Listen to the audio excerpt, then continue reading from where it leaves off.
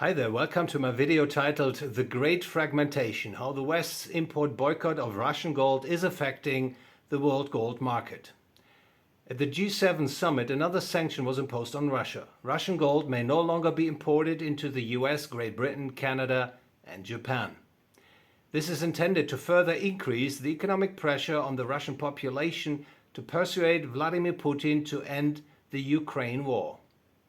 British Prime Minister Boris Johnson said the import boycott also aims to prevent Russian oligarchs from evading Western sanctions by acquiring gold. Britain has thus imposed a £30.5 billion cap on gold imports from Russia.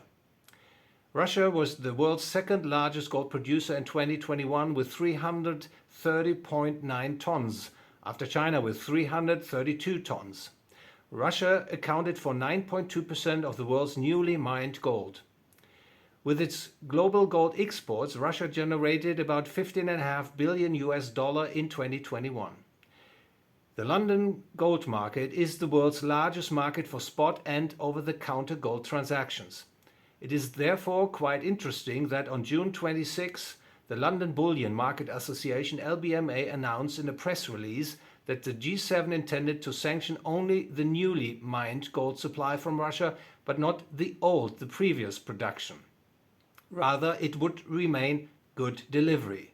Note that only gold bars that fulfill the LBMA's good delivery standard are eligible for settlement in the local London market. This suggests that the LBMA wants to nip doubts in the bud that there could be a gold shortage in the London market, that the G7 decision will shrink the physical gold inventory that currently covers the outstanding transaction volume and thus trigger shock-like price reactions.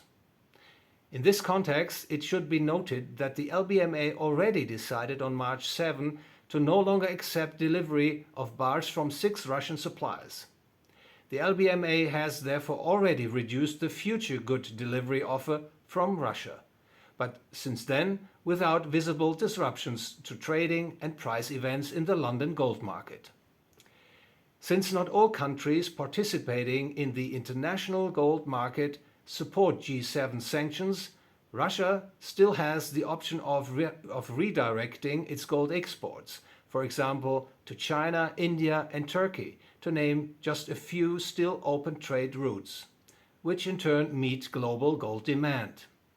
From this point of view, it is more than questionable whether the gold import boycott can cause Russia the financial damage intended by the West. However, it is conceivable that a Tier 1 and a Tier 2 market for gold could emerge. Russian gold is then traded at a small discount to the world market price for gold. The reason? The LBMA ensures that the mints and refineries it certifies meet certain conditions. That is, that all applicable laws are observed and that no gold from conflict regions or dubious origin is used. Therefore, Chinese refineries could not produce LBMA certified bars from new Russian gold. Furthermore, it may be that the G7 boycott of Russian gold causes counter-reactions in countries that, in addition to Russia, are critical of the West's claim to world leadership, such as China, Brazil, South Africa, basically the BRICS, as well as other countries that have not made themselves known publicly yet. At this point, it is also important to remember that the West has frozen Russia's currency reserves. The foreign exchange reserves of Russia, mainly savings from export surpluses, amounted to the equivalent of $617 billion in February, with gold reserves amounting to $132 billion or 21% of foreign reserves. Against the backdrop of Western sanctions, Russia's willingness to export gold will most likely have declined anyway, and the willingness of many countries to hold gold instead of US dollar, euro and co. is likely to increase. But not only the gold supply, but also the demand for gold could be affected by the G7 decision. For example, it is conceivable that investors will feel discouraged from demanding gold because they fear that politics in the West are now stigmatizing the yellow metal, putting it under general suspicion, and thus making it less attractive for investment purposes. That would negatively impact gold demand and the price of gold. On the other hand, however, the Western import boycott of Russian gold implies an overall reduction in the worldwide gold supply, at least potentially. This could be exacerbated if China decides to limit physical gold deliveries, which have to this day gone through Switzerland, South Korea and Canada, to the key paper hubs in the West, New York and London. There are also incentives for investors from countries critical of the Western claim to world leadership to move their gold storage and trading from New York and London to other regions. This would then possibly lead to a fragmentation of the gold market, which makes it more advisable for investors to rely on physical gold instead of gold derivatives, which are then subject to an increased settlement liquidity and price risk. This could hit the paper gold market hard. The market for gold futures and options, as well as the associated market for exchange-traded commodities, gold ETFs, gold certificates, is known to be enormous. In 2020, the global average daily trading volume in the gold market was $183 billion. Sales in London amounted to 110, at the US COMEX $54 billion. For comparison, in 2021 the market value of the newly minted gold worldwide was about $207 billion. Almost 90% of the annual gold production is thus traded on the markets every day.